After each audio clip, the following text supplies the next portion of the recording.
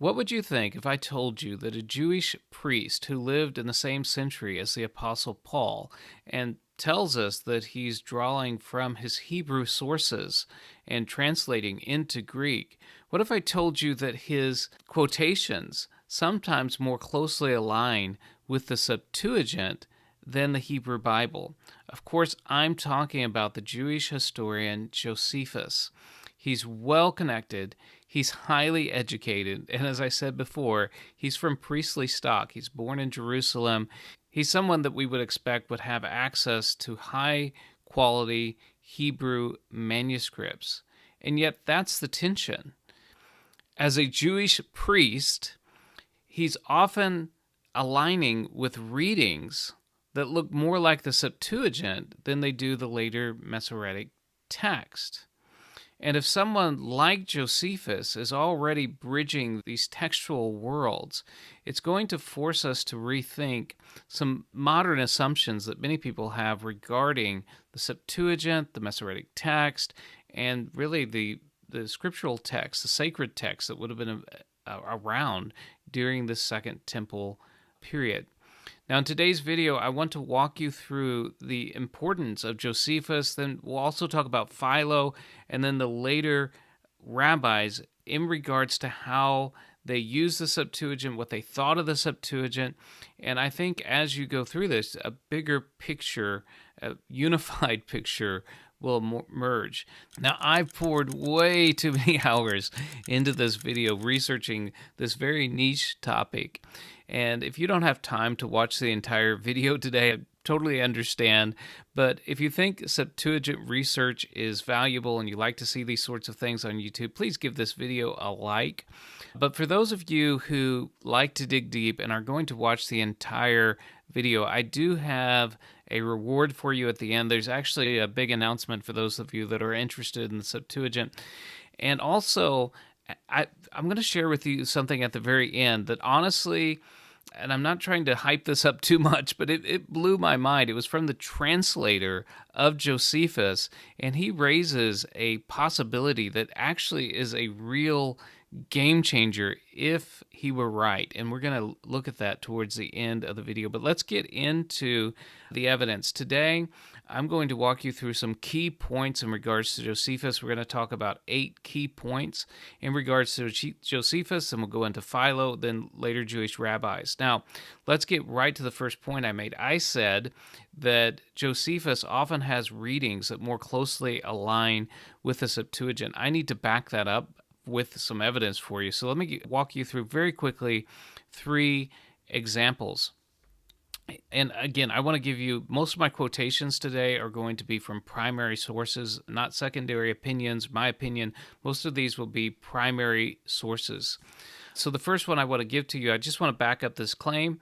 He is claiming that he is translating these works into Greek. He's not just relying on the Septuagint, and that he has a priestly status. And I will cite now his very words. He says, "As I said, I have translated the antiquities out of our sacred books, which I could easily do since I was a priest by my birth and have studied that philosophy which is contained in those writings." He's saying that as a priest, he has a special advantage here. He can translate these sacred books. And now let's look at some key examples where he has some readings that align with the Septuagint against the Masoretic text. And then towards the end of the video, we'll sum up where does that land us in regards to the importance of the Masoretic text and the Septuagint.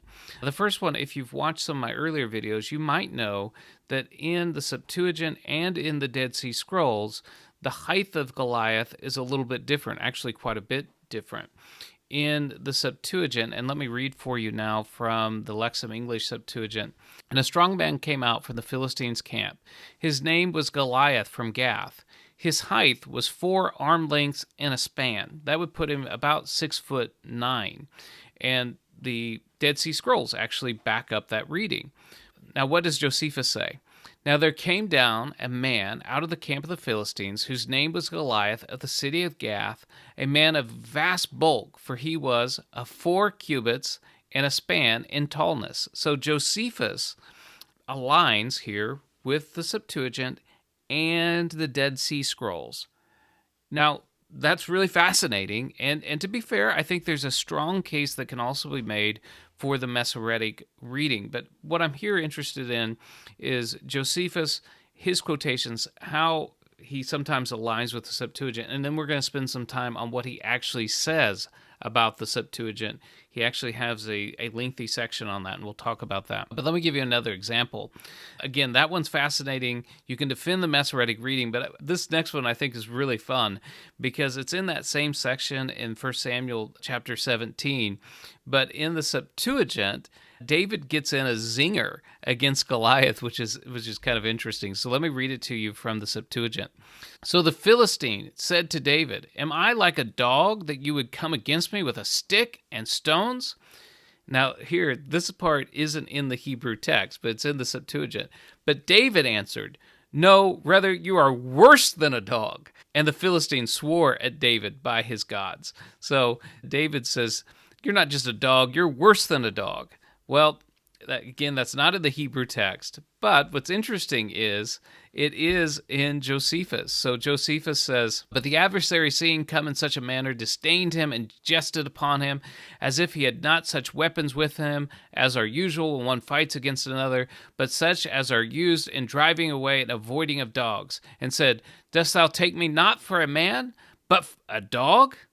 To which he replied, No, not for a dog, but for a creature worse than a dog." So David's zinger that he gets in against Goliath is both in the Septuagint and also in Josephus, which I find very interesting. Now, another very fascinating point that we could talk about alignments between Josephus and the Septuagint is found in Against Apian 1:1. And let me read to you this section. Then I'll talk to you about the significance of it, because I think it really does have some significance for us. "I suppose that by my books of the antiquities of the Jews, most excellent Epaphroditus, I have made it evident to those who peruse them that our Jewish nation is of very great antiquity, and had a distinct subsistence of its own originally, as also I have therein declared how we came to inhabit this country wherein we now live. Those antiquities contain the history of 5,000 years and are taken out of our sacred books, but are translated by me into the Greek tongue." Now, two significant things here. Again, Josephus is claiming explicitly that he is translating these things from himself. He's using a Hebrew source. However, he gives the length of time from where he is until back to Adam as 5,000 years. The problem there is if you follow the Masoretic text, you're only dealing with about 4,000 years or so. And so he's added an additional 1,000 years. Well, go back and look at the Septuagint in Genesis chapter 5, then look at Josephus and how he narrates the ages of the patriarchs and their begetting ages, and they line up very, very closely. And so it looks like that Josephus is using a text in this critical piece where the Masoretic text and the Septuagint differ from about 1,400 years, something like that. It looks like Josephus is following the longer chronology, which is fascinating for those that are interested in these chronological details. Now, things like this have led some scholars to conclude that Josephus is primarily relying on the Septuagint. But the catch here is that directly contradicts what Josephus himself says.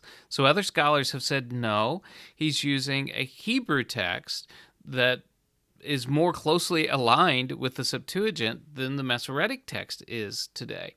And I tend to side with some of those scholars who think that he's working more from the Hebrew, again, because that's what Josephus explicitly says. Unless he's lying about it, we have to think that he's working from the Hebrew text itself. Now, I have 7 other important points to talk about in regards to Josephus. We'll move through these much more quickly, and I think as we get towards the end of the video, we'll be able to sum up some of what we've learned so far.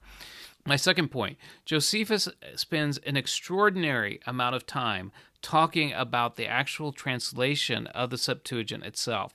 If I were to read for you the entire discourse that he has in regards to the Septuagint, which I think is about 6,000 words or so long, give or take. I mean, maybe 5,000, 7,000, I don't know. But it's a lot of words, a lot of ink that he spills in regards to this. If I were to read it aloud for you, it'd take me somewhere in the neighborhood of about 45 minutes.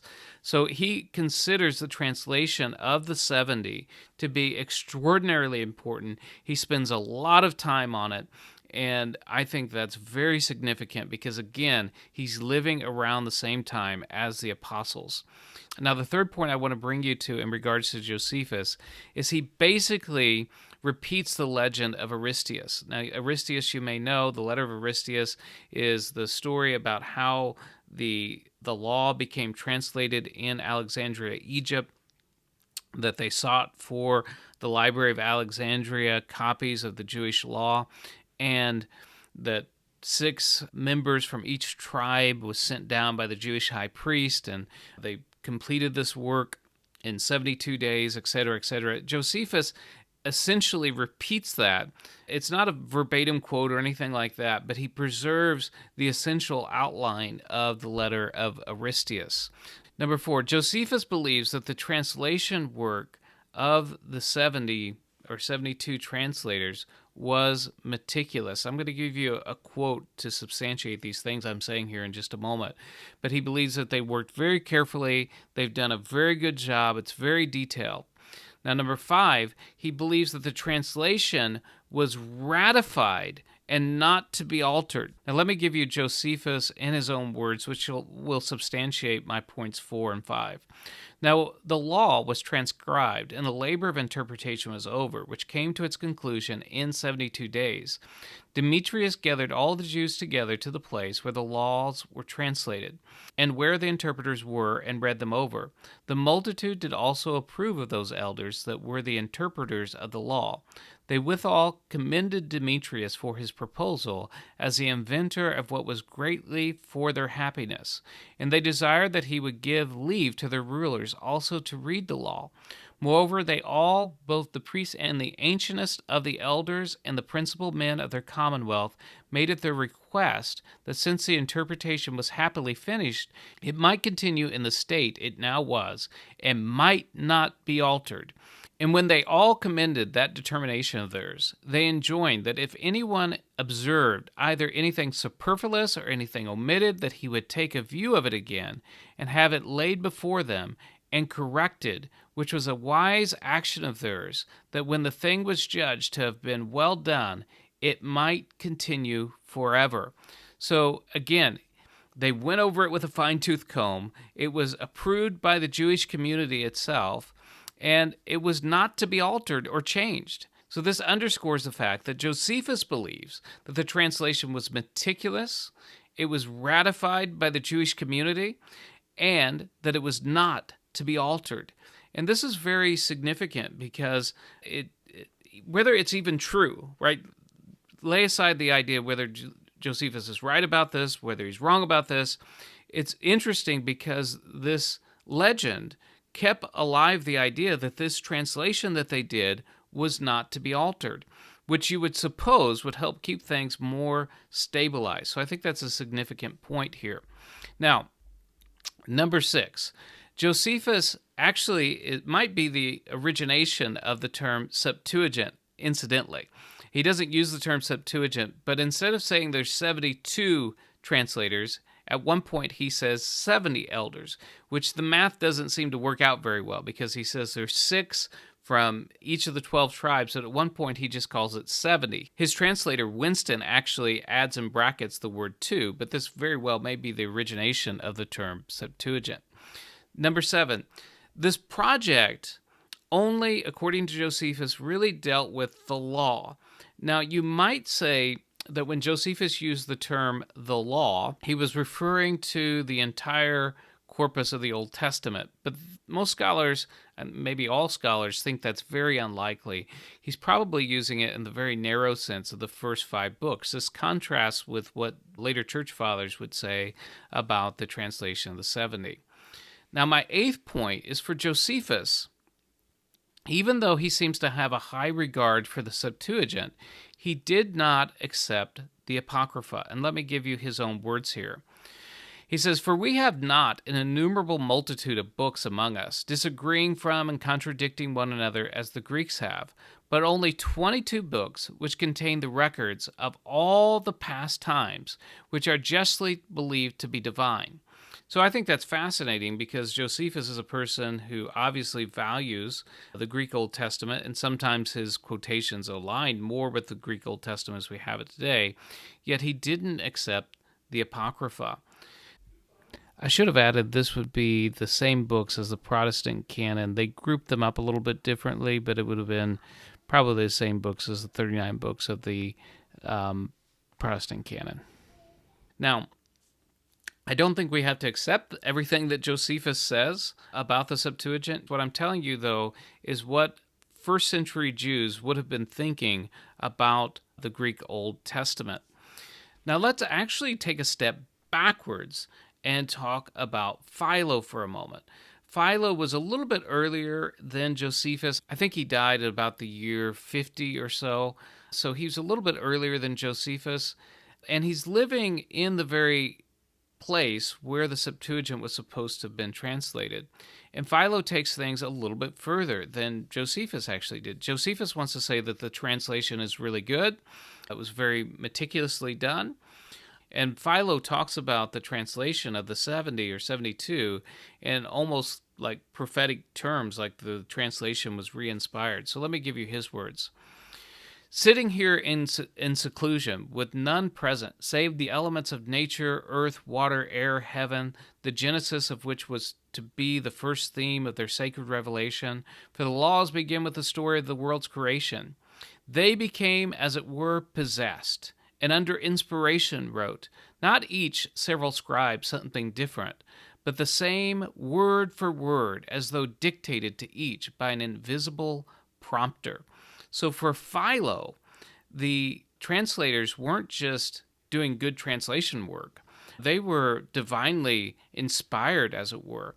He goes further and tells us how important this was for the Jews when he says, "Therefore, even to the present day, there is held every year a feast and general assembly in the island of Pharos, whither not only Jews, but multitudes of others cross the water, both to do honor to the place in which the light of that virgin first shone out, and also to thank God for the good gift, so old, yet ever so young."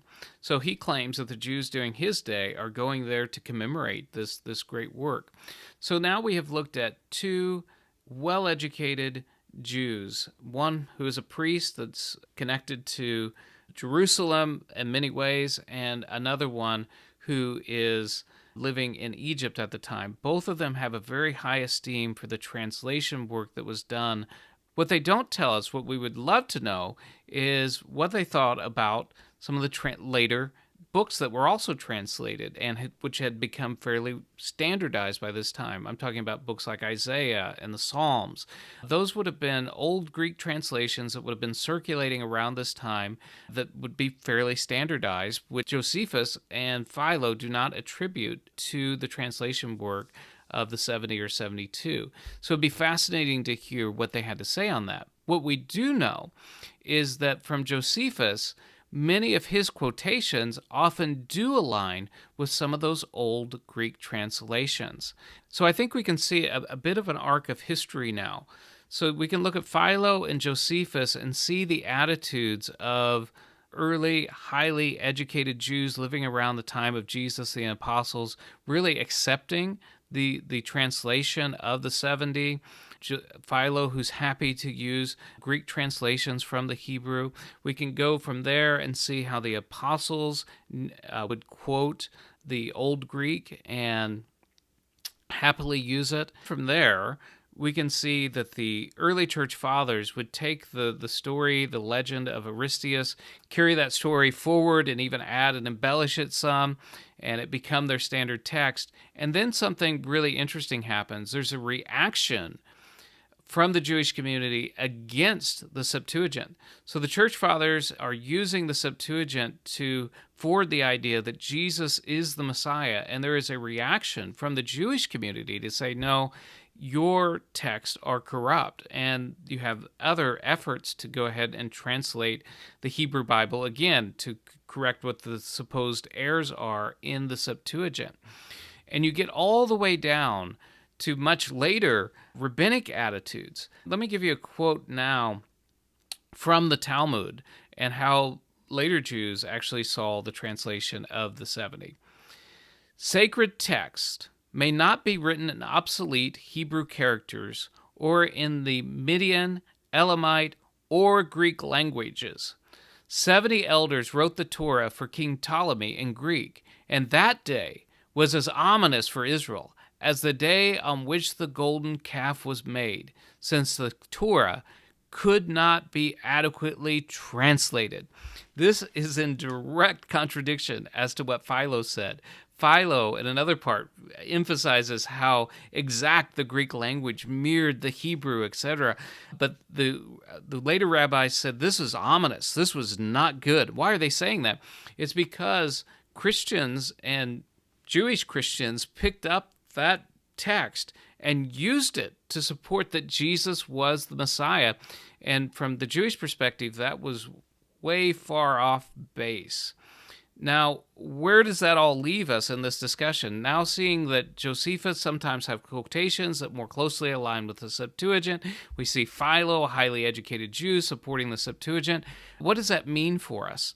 Now, I think it's important to keep in mind that this, what we call the Septuagint, like a neatly bound volume of the Septuagint like we have today, in that sense, it didn't exist in the time of the apostles. The apostle Paul was not carrying around like a 2-volume set of the Septuagint like I have here, if I can find it on the shelf there, trying to look behind me.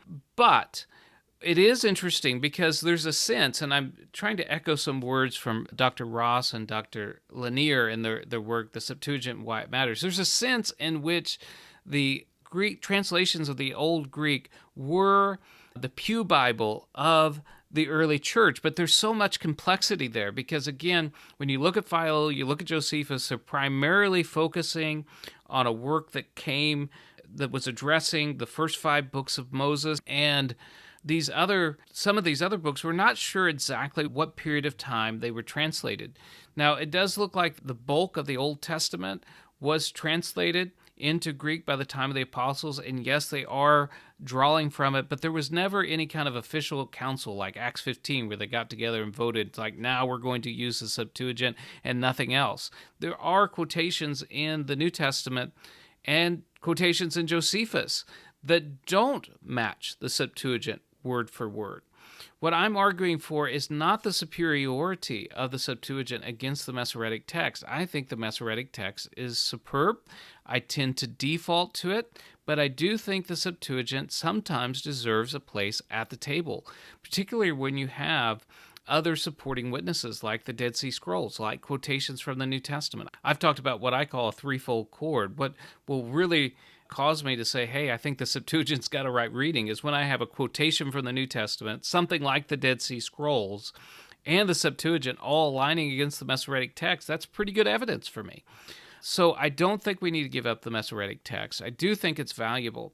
But I teased something at the beginning of this video which would indeed be a game changer if it's right. And I need to tell you that, but let me first make a really big announcement which I think will be valuable to you. The big announcement is there, and I'll leave a link in the description for this. I'll type in something for those who dig deep, but there is if you've been interested in getting a Septuagint and a New Testament bound together in an English translation in a nice binding in lambskin, and have a translation that is better, in my opinion, than the one that you can find in the Orthodox Study Bible.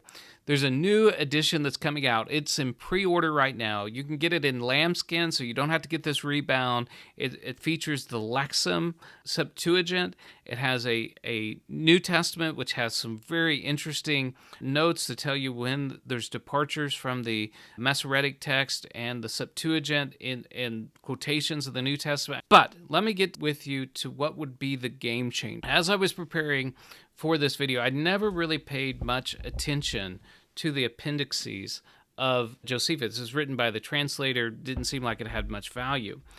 But he offers the possibility that not only did Josephus have high-quality scrolls, high-quality Hebrew scrolls, his claim is that he thinks that Josephus had the very master copies, if you will, from the temple itself. So there are some pieces of evidence that Winston, the translator of Josephus, puts together. Number one, in the War of the Jews, Josephus explicitly says, "And the last of all the spoils was carried, the law of the Jews." He gives this great list of all the things that were carried out of Jerusalem, and one of those was the law of the Jews. Now, Josephus is later living in Rome, and he explicitly says that Titus gave him a concession to have the holy books. I will quote verbatim from Josephus now. "But when my country was destroyed, I thought nothing else to be of any value which I could take and keep as a comfort under my calamities. So I made this request to Titus, that my family might have their liberty. I had also the holy books by Titus's concession." And so Winston, Josephus's translator, takes those statements together. Josephus is in the right location. He says that Titus gives him holy books and manuscripts, and that those manuscripts from the temple had been carried to Rome. So Winston concludes, "It well deserves our further remark that Josephus, when he wrote his Antiquities, seems not only to have had the use of one or more ordinary Hebrew copy, but probably of the most authentic copy in the whole nation. I mean, that which had been laid up in the temple itself." So William Winston displays some uncertainty as to whether he thinks it's the 5 books of Moses or the entire law of the Jews. But regardless, he raises the possibility that Josephus was working from the very temple scrolls themselves. And that would indeed be a game changer. However, modern scholars have not followed Winston in this. But I gave you the primary evidence. You can draw your own conclusions about that. But for my part, I'm not convinced that he was necessarily working with the temple scrolls themselves or any kind of master copy. But it is an intriguing possibility. And when I thought about it, it sort of blew my mind to think of that as a possibility. But where's that land me? I think when Josephus and the Septuagint, maybe the Dead Sea Scrolls, when those align, you really have to stop and pause. At a minimum, I think it's very possible that Josephus had access to very high-quality Hebrew manuscripts, even if he didn't have access to the temple scrolls themselves. Well, that's all I have for you today. And if you're interested in what the Church Fathers actually said about the Septuagint, watch this video next.